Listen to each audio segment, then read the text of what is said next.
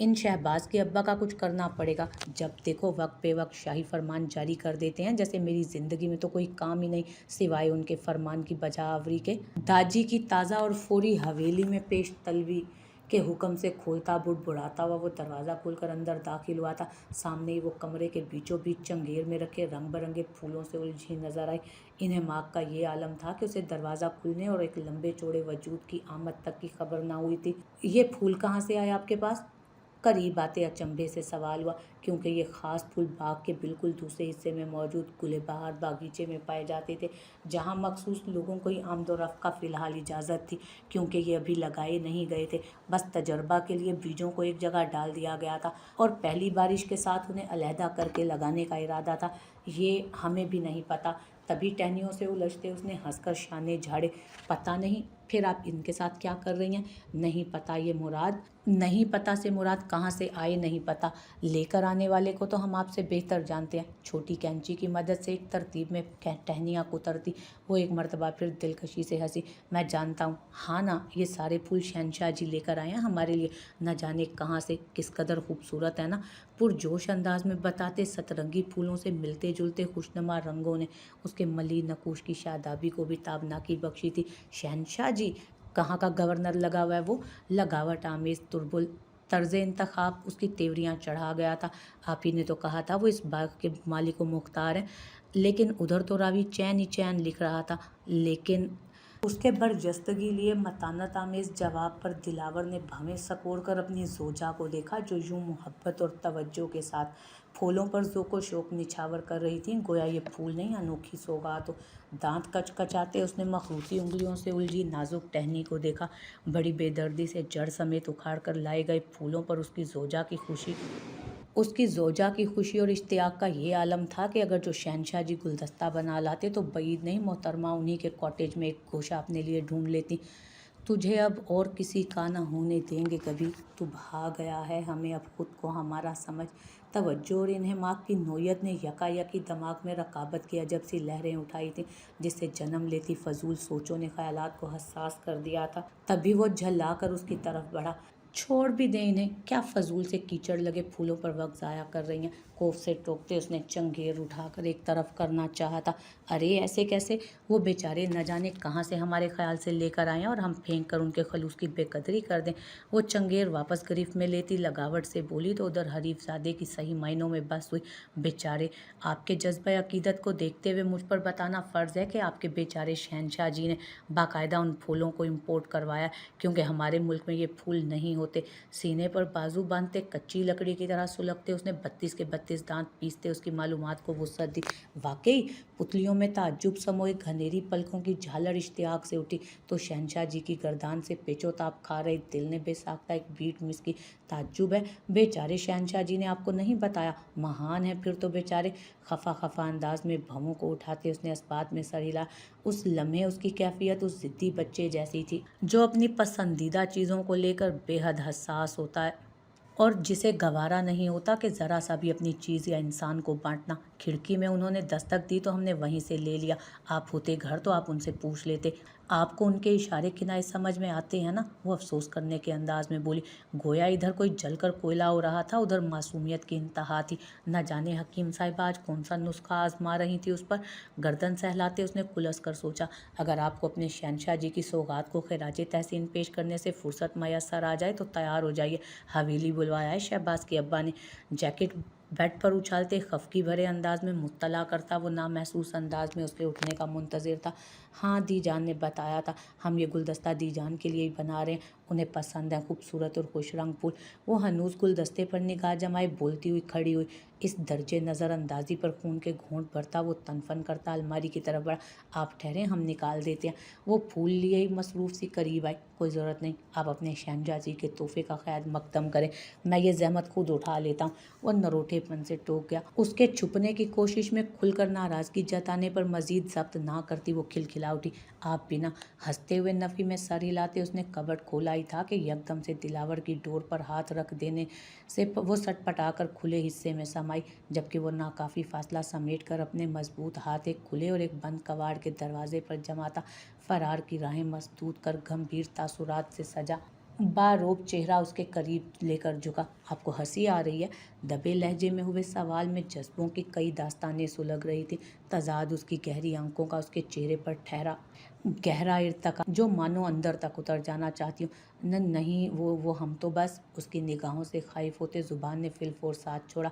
आपको पता है, सज़ा तजवीज़ करता हूँ, माफ़ी तलाफ़ी का मैं कायल नहीं, और मेरे इतनी मेहनत से लगाए फूलों का ये हशर करने पर आप समेत आपके शहंशाह जी को संगीन सज़ा सुना सकता हूँ। वो लहजा अजहद संजीदा और रियायत से मुबर्रा रखता उसे खौफजदा करने की कामयाब कोशिश में मज़ीद करीब झुका। ये क्या बात हुई? वो बेचारे तो मासूम हैं, उन्हें क्या पता आपके फूल इतने इम्पोर्टेंट हैं या इम्पोर्टेड हैं। अपनी जान लबों पर थी और मोहतरमा को दिफा शहंशाह जी का करना था। दिलावर की तनी बहुओं का तनाव बढ़ा। बेचारे को ये नहीं मालूम, लेकिन ये मालूम है कि फूल किसे और कैसे देना है। वो हद दर्जा टची हो रहा था। उफ़ अल्लाह जी, आप तो न जाने इन फूलों से कौन सी पुरखाश हो गई है। बेचारे के पीछे ही पड़ गए हैं। फूल ही तो हैं ना। काफ़ी फासले से घबराते वो हिसार तोड़कर तेज़ी से गुजर जाने लगी कि दिलावर का खुले कबड़ वाला हाथ बर्क रफ्तारी से मुतहरिक हुआ और दूसरे ही लम्हे उसकी पुश्त हल्का झटका खाकर उसके वसी सीने से लगती उसकी सिट्टी पिट्टी गुम कर गई। और तब तो मानो जान खुश्क लबों पर आन ठहरी जब वो इस दर्जे कुर्बत पर सुर्ख अंगारे की मानी दहकते कान की लो के पास अपनी गर्म सांसें आज़ाद करता सरगोशी करने झुका। बताया था ना, बहुत शिद्दत पसंद हूँ मैं। अपनी अजीज़ चीज़ों को बांटना मुझे सख्त नापसंद है। तो सज़ा तो मिलेगी आपके बेचारे शहंशाह जी को, पर आप चाहें तो बचा सकती हैं उन्हें, वरना 4 दिन तक बेचारे को खेतों की निगरानी करना पड़ेगी सुबह शाम। सोच लें। उसकी धूल की तरह बजती धड़कनों की अपनी धड़कनों से तकरार सुनते उसने गंभीर महसूस कुन सरगोशी से उसे खौफजदा करने की कामयाब कोशिश की। कि कैसे? इतनी सी कुर्बत से बहादुर हकीम साहिबा की सारी बहादुरी उड़न छू हो चुकी थी। उनके हिस्से की सज़ा लेकर मंजूर है? निचला लब दांतों तले दबाए वो शरीर हुआ। आप हमसे सुबह शाम खेतों की निगरानी करवाएंगे? वो उड़े हवा संग उसके हिसार में सदमा ज़दा सी मुड़ती मुस्तफसर हुई, जिस पर दिलावर ने बड़ी दिक्कत से कह कहा जब्त करते अपने सादिक जज्बों की हिद्दत लुटाती निगाहों को झुकाकर अपनी ठोड़ी तक आ रही हकीम साहिबा की गजाली सदमा ज़दा आंखों में देखा। सज़ा की संगीनी में ना सही, सज़ा में तरमीम लाई जा सकती है। मुजरिम का लिहाज करते हुए जू मानवियत से कहते उसके सर्द लब बराबर उसकी आईना जबी पर मिस हो रहे थे, जिस पर कसमसाते हुए मुकद्दस ने हिसार तोड़ना चाहा, लेकिन मुकाबिल की फिलवक्त ऐसी कोई ख्वाहिश न थी। बताएं, मंजूर है? एक मर्तबा फिर लब उसकी शफाफ जबी पर हिलते उसकी धड़कनों में बर्पा क़यामत में भूचाल लाने की वजह बने। उसकी हर एक अदा है क़यामत जैसी। वो किसी रंग किसी रूप में उभाता है। ये अजब तर्ज़ तकल्लुम है मोहब्बत में हरीम, खामोशी बोलती आंखों से सुना जाता है। हमें देर हो रही है। दीजान ने कहा है कि मेहमान के आने से पहले हमें वहाँ मौजूद रहना है। ज़ुमाइनी खामोशी के दुरानिये में तपिश ज़दा निगाहों से मोम की मानित पिघलती बड़ी मुश्किल से वो बोलने के काबिल हुई थी। उसके ताज़ा गुलाब से मुखड़े पर अपनी कुर्बत से बिखरते हया और हिजाब के ढेरों रंगों से महसूस हो रहा। वो दिल की मनमानियों पर बंद बांधता हुआ संभला। सज़ा याद रखिएगा। आज़ादी का परवाना देते वो मखमूर लहजे में याद दहानी करवाना नहीं भूला था। जबकि वो रिहाई मिलते ही सरपट उस कमरे के अहाते से रफू चक्कर हुई। मुजतनिब हरीफ ज़ादे से इतनी तरक्की की उम्मीद जो नहीं थी। हकीम साहिबा को माफ़ किया तुझे। लबों पर खेलती पुरफसूं मुस्कुराहट संग वो तसव्वुर में शहंशाह से मुखातिब हुआ, जिसकी बदौलत इतनी भी तरक्की मुमकिन हो सकी थी। 1 वीक से ज़्यादा हो चुका है मुझे यहाँ आए हुए। आपने कहा था मेरे पहुँचते ही जल्द अज जल्द वहाँ आने की कोशिश करेंगी और मुझे उस शख्स से मिलवाएंगी, बट मुझे अनफॉर्चुनेटली लग रहा है कि आपका ऐसा कोई इरादा नहीं। इतने सालों की तरह अभी भी बस आप मुझे टालना चाहती हैं। अब भी सच सच बताएं, वो शख्स इसी सिटी में रहता भी है या नहीं? जुमला अधूरा छोड़ते उसने सख्ती से जबड़े भींचकर सुलगती निगाह स्क्रीन पर डाली, जहां परेशान सी फातिमा भी उसी को देख रही थी। वरदा, कम ऑन बेबी, मैं भला क्यों ऐसा करूंगी? मेरा काम बस 2-1 दिन में ख़त्म होने वाला है। मैं आ जाऊंगी, आप वहां आराम से रहें। कोई मसला हो तो आप हाजी साहब से कह सकती हैं, वो बहुत अच्छे। आई नो वो बहुत अच्छे हैं, लेकिन यहाँ मैं उनकी अच्छाई इंजॉय करने नहीं आई हूँ। उसने तेज़ी से कता कलाम किया। मुझे उस शख्स से अपनी माँ के हिस्से के कुछ सवाल करने हैं और जवाब लेकर वापस लौट जाना है अपनी दुनिया में। इर्द गिर्द सरसरी सी निगाह दौड़ाते उसने अपनी आमद का मकसद शायद खुद को याद करवाया था, वरना गुज़िश्ता दिनों से हाजी हकीम की मुशफ़क़त सोहबत में बैठते उठते खुश रहना सीखते हुए वो अपना मकसद ही फरामोश करती जा रही थी। तभी आज उसने फातिमा भी को परेशान होकर कॉल की थी। आप ठीक तो हैं ना? उसकी पेशानी पर उलझनों की कई शिकने देख उन्होंने फिक्रमंदी से पूछा। या तो आप आ जाएं या मुझे उस शख्स का पता बता दें। आई स्वेयर मैं कोई हंगामा नहीं करूँगी, बस अपने सवाल करूँगी, वरना अगर मुझे खुद पता लगाना पड़ गया ना, या अगर मैंने खुद पता लगा लिया ना, तो अपनी माँ के साथ हुई ज़्यादतियों का हसास अदालत में लेने से भी गुरेज नहीं करूँगी मैं। वरदा उसकी संगीन धमकी पर फातिमा भी ने दहल कर पुकारा था। आई मीन इट, इसलिए मेरे पेशेंस लेवल को मत आजमाएं, अपने इरादों की पुख्तगी बावर कर। उसने खट से पहले फ़ोन बंद और फिर स्विच ऑफ करके साइड पर रखी बुक पर धरते हुए दोनों हाथों की उंगलियों में सिल्की बालों को जकड़ा। पानी पी लें। पिलर के पास से उनकी गुफ्तगू सुन रहा बदर गिलास थामे उसके मुकाबिल आया, जिस पर उसने अपने मुस्तरिब निगाहों को उठाकर पहले गिलास और फिर गिलास पेश करने वाले के चेहरे को देखा, जहां उनकी गुफ्तगू मनोअन सुन लेने का हकीकत आया था, बल्कि मतलब मुकाबिल ने छुपाने की कोशिश ही नहीं की। सीक्रेटली किसी की प्राइवेट बातें सुनना अखलाकियात से निचले दर्जे की हरकत है। गिलास थामते वो स्पार्ट अंदाज में जताना नहीं भूली, प्राइवेट बातें पब्लिक प्लेस पर करना भी कोई अक्लमंदाना फेल नहीं है। वो दरमियान में खासा फासला रखकर बैठते मुब्बम सा मुस्कुराया, जिस पर वरदा ने हंकारा भरा। फातिमा भी कोई बहाना नहीं बना रही आपको टालने या गुमराह करने के लिए। वो वाकई एनजीओ के काम में मसरूफ़ हैं। वहाँ से फारिग होते ही वो आपके पास होंगी, क्योंकि जितना मैंने उन्हें जाना है, एनजीओ और आप दोनों ही उनकी ज़िंदगी के अव्वल तरजीहात में शुमार होती हैं। वो अपनी ज़ात से भी पहले आपका और अपने इदारे का सोचती हैं। सो भरोसा रखें और रिलैक्स रहें। तवक्कुफ से उसने मतानत भरे अंदाज में यकीन दहानी कराने की कोशिश की। आप उनके वकील हैं? गर्दन तिरछी करके उसने तीखे अंदाज में पूछा तो जवाबन बदर नफ़ी में सर हिलाता हंस दिया। मैं उनका वकील ना सही, लेकिन आपके लिए स्पेशली अपॉइंट किया गया डॉक्टर हूँ। डॉक्टर कॉटनेस ने अपनी अजीज़ पेशेंट की केस फाइल थमा। जो भरोसा दिखाया है उसका मुझे पास भी तो रखना है। आपकी मेंटल हेल्थ का प्रॉपर ख्याल रखकर वो मखसूस प्रोफेशनल अंदाज में बोला तो वरदा के हलक तक कड़वाहट उठ रही। आपकी नज़र में मैं सिर्फ एक पेशेंट हूँ? जी, एक ऐसी पेशेंट जिसका मर्ज उसकी अपनी आसेब ज़दा सोचों का जाल है, जो उसके नफ्स को बेबुनियाद मफरूज़ों की कुफस में कैद किए हुए है और उस हब से बेजा से रिहाई चाहती है। तभी वो अपनी ज़ात से जुड़े हक़ाइक़ की दरियाफ़्त के लिए 7 समंदर का फासला समेट कर आई है। मैं चाहता हूँ उसका ये सफ़र सूदमंद हो, ना कि सच का सामना करके वो मज़ीद अंधेरों में खो जाए। इसलिए अपना जहन पुरसकून रखें और ख़ुद को ज़हनी तौर पर तैयार करें, बजाय इस नहज पर सोचकर खुद को हल्कान करने के। वो तहम्मुल और फ़िक्रमंदी से समझाने के अंदाज में समझा रहा था। वो लब बाम पैवस करती बंद फाटक के दरवाजे को तक रही थी। देखें मिस वरदा, मैं आपकी कैफियत को समझने का दावा तो नहीं करता, लेकिन इतना कहना चाहूँगा कि सच पर कभी भी मुकम्मल एक शख्स की इजारादारी नहीं होती। सच कम अज़ कम भी दो तरफ़ा होता है। सच के भी वर्जन्स होते हैं, देखने के एंगल्स होते हैं। मौका महल की डिमांड होती है। मुकम्मल सच तो हमें आईना भी नहीं दिखाता, वो भी दाएं को बायां बनाता है। इसलिए न्यूट्रल रहें, जहन को कोरा रखें, क्योंकि 20-25 साल पहले की कहानी मुकम्मल तौर पर शायद ही कोई जानता हो। यहाँ वो माहिर नफ्सियात था। बज़ाहिर खुद को बहादुर और बेफिक्र जाहिर कर रही लड़की के अंदर पंजे गाड़ कर बैठे खौफ और इज़्तिराब को वो पढ़ सकता था। तभी कोशिश कर रहा था उसे समझाने की।